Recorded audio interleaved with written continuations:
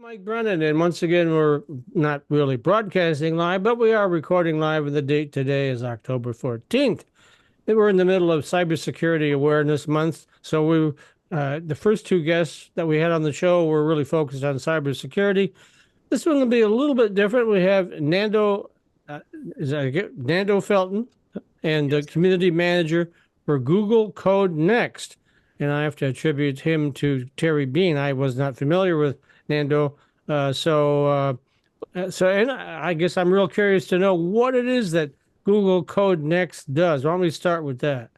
Of course. So nice to meet everybody. I'm Nando Felten. Happy to be here today. I'll give you a little background about Google Code Next. So we teach high schoolers how to become technology leaders. So you might ask, what does that mean? So how many of you guys have ever played sports before?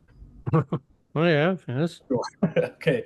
Terry So was a star football player in high school, so he was. So how many? Pictures How often do you guys have to practice? every then day, or dude. now. I was a three-sport guy in high school, so I seemed like I was always practicing something, I so practice 2 times a day. yeah. Yeah. So what we do is we provide a STEM playground for kids. So a lot of times we talk about STEM, we talk about tech. We only talk about exposure. What Code Next does, it allows students to have a place where they can come in every single day to learn how to become technology leaders. So that's through robotics, computer science, artificial intelligence, 3D modeling. And yeah, that's what I get to do every day. This program has been around with Google for going on 8 years. The founding lab was in New York. The second lab was in Oakland, California, and Detroit was the third lab. And we're currently not longer the newest lab. The most recent lab just opened up inside of SoFi Arena in Inglewood, California. But what makes the Detroit lab so unique and I think incredible is we're actually the first tenant to move into the newly renovated train station. Yeah, So I haven't had a chance to get in there yet. I got to do one of those tours. yeah, You're up on the fifth floor down there, right? Is yeah, that we're on the right? fifth floor. Yeah, it's the historical fifth floor. Being the first tenant, I mean, for me, honestly, it was surreal. To give some quick insight before I kind of dive deeper into just what we get to do, my grandmother actually came to the station in 1963 with my father was pregnant in her belly. Wait, my father was pregnant. She was pregnant with my father in her belly in Yeah, yeah, I was 1963. gonna say it's a little complicated, but go ahead. That So, was that was the most impressive part of the whole story right there. We're like, yes. now that is some code next stuff right there. Yeah, so it's a really full circle moment, and it's a pleasure and an honor, and I feel very responsible being in that space and helping being a part of a team to really bring students, this awareness and really excellence around technology and STEM. So it's a pleasure. That's awesome, man. And so you're a U of M guy. I know people probably thought you were a Spartan looking at the Yeah, that's background. what I was thinking. He had to be a Spartan. So Uh, So you know, is the work you're doing with Google Code Next, is it tied to some of the work that you've done with U of M? Is that I know you've built some bridges, right? Are those bridges going between those two spaces in particular? yeah, I mean, I'll even share with you a couple of days ago. I had the immense pleasure and gratitude. I helped co-found a new undergraduate major at the University of Michigan. So that's what this background is when I turned my camera oh. didn't go away. So this new major is called, its acronym is LEAPS, Learning, Equity, and Problem Solving. So it's a new major through the School of Education at the University of Michigan that focuses on community building, partnerships, and project-based learning. So it's one of a kind. The students actually get to spend their first year in Detroit. So they renovated dorms on Mary Grove's campus, and the college kids live in Detroit. And what makes this unique is that I'm one of the community partners for this undergraduate major. So the college kids get to come hang out with me, and they had a day where they learned about mobility, the way that Michigan is changing it's a tech designation now for innovation around the new Michigan Central New Lab. And so I got to tell the students about the new ways of mobility and innovation that's being accessed. They got to walk down the electrical charging road and got to see the ways that Michigan Central and New Lab is really trying to hone that in and really foster and grow adult tech startup companies, and while we're trying to foster and grow students and really get their mind into that. So yeah, there is a lot of overlap, Terry. So yeah, it's a just really. I'm happy to be in a very unique space where I can pull into higher education. I can pull in through K through 12 and really make an impact. That is so cool, man. That is so cool. So you're bringing students from Are they high school students or are they all U of M So, Michigan students at that point? I mean, if they're working on a major, obviously they're Michigan students, but you're doing yeah, some high school work too, right? exactly. So the Code Next program is for high schoolers. So 13 to 18 years old. Our main focus is Black, Latinx, and Indigenous students within Detroit. And so right now we have 107 students in our program. The Huh. kids come. Some of them actually come for our engineering for our Team Edge program. It's an intensive program. They come every single day, Tuesday through Friday from 4 to 6 p.m. And dig this, on Saturday they come 9 a.m. to 3 p.m. Let's talk about dedication. Yeah. Let's talk about more outlets than just having a student only being exposed or being, you know, prepared to be excellent in a sport. Why not STEM? And so for me, it's the playground that I get to be a part of, and really just hoping to emulate this and recreate this across the board. We can all walk outside and see. You probably have multiple playgrounds in your neighborhood, but where can a kid go to test their brain, to test their rocket, to test their creation? A lot of times, we talk about limited access to not just internet, but limited access to physical transportation and mobility. Um, so yeah, for me, it's just been an incredible place to be at. So the theme of this show is cybersecurity, since it's Yeah, Cybersecurity Awareness Month. And I'm looking at your talking points, and you have one that diversity and equity in cybersecurity. You want to talk about the projected $3 billion wide gap for Black workers in Detroit by 2030, and how the increasing diversity and inclusion in tech, especially in cybersecurity, is a key solution. Long introduction, but why don't we talk about that? Boil that down. yeah, definitely. So it was a, I was on a panel with the Detroit Chamber of Commerce and McKinsey and Co. not too long ago, and so the big thing is we think about Michigan and it's known for exporting talent. I mean, think about the big three. It's we just ship off goods and products, and kind of tying back into that, we think about the way that we're retaining our talent. I mean, we're not really doing a great job at it, and so we're losing not just millions but billions of dollars, uh, where the gap is mostly driven um, by a large parity that it's missing. And so this projected like gap that can be lost from for the next 6 years, it's going to exponentially grow. So for 2023, there was $316 million for the projected, but this is also, by the way, Black tech talent wage gap. So if we're thinking about Detroit, that's kind of where my heart is. We're thinking about Detroit, and that's how much money was lost last year. This year alone, is projected 331 million.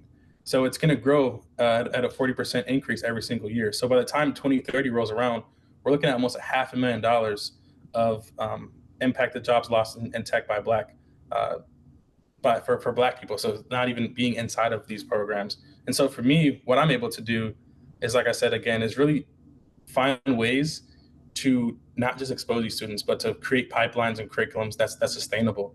And so we talk about cybersecurity. We talk about the way that students are now able to interact with technology. I mean, think of it. Growing up, I didn't have an iPhone. I'm only 26 years old, but the technology access right now is way more immense than it was even 10, 15 years ago when I was growing up.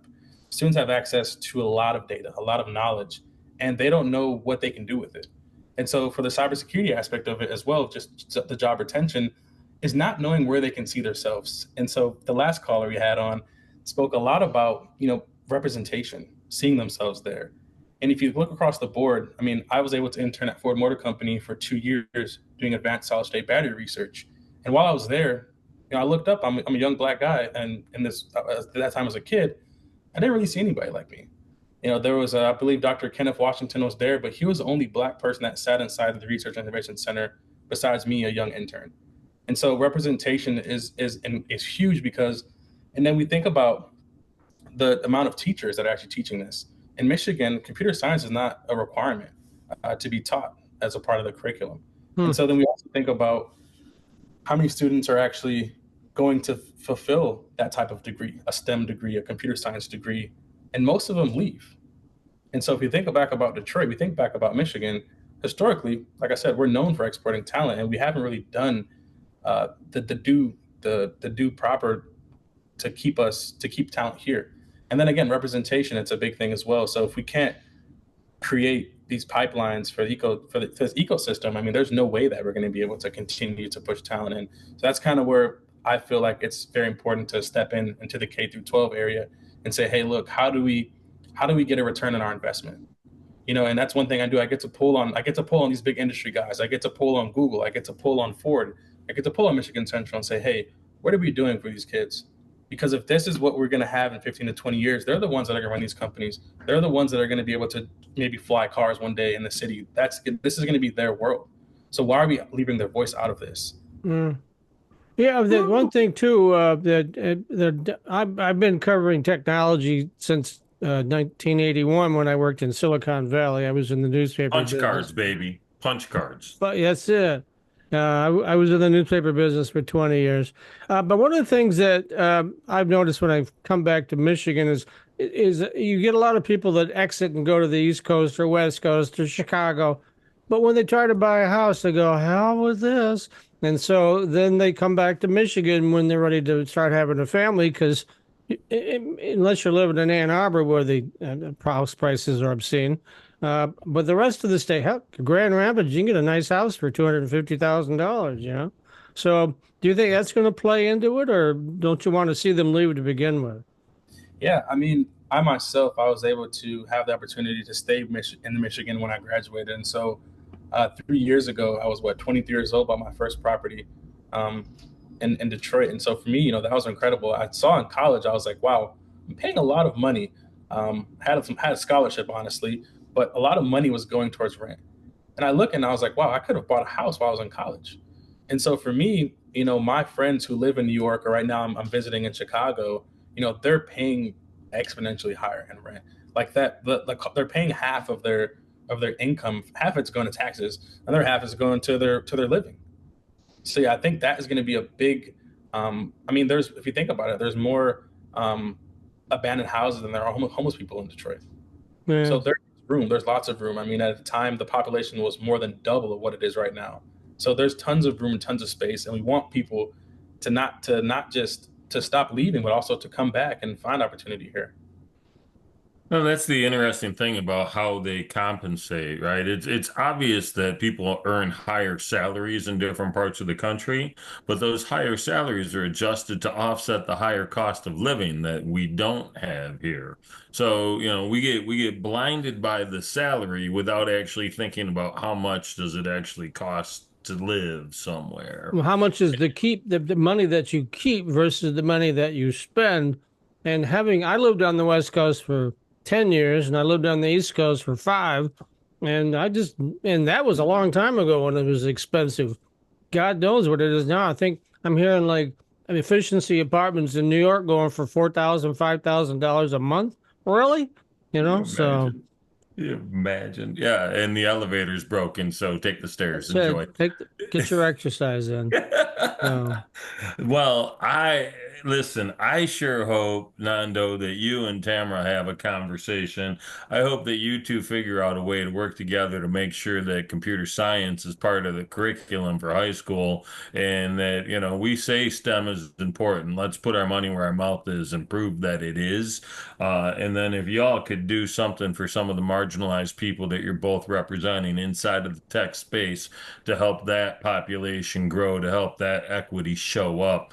Holy cow, this will be the most powerful MI Tech cast in a minute. So, bravo, both of you. I'm excited to see what happens next. All right. Thank So, you. Nando, how do folks reach out to you if they want to get in touch with you? Because I know Yeah. Tamara is getting ready to write this down.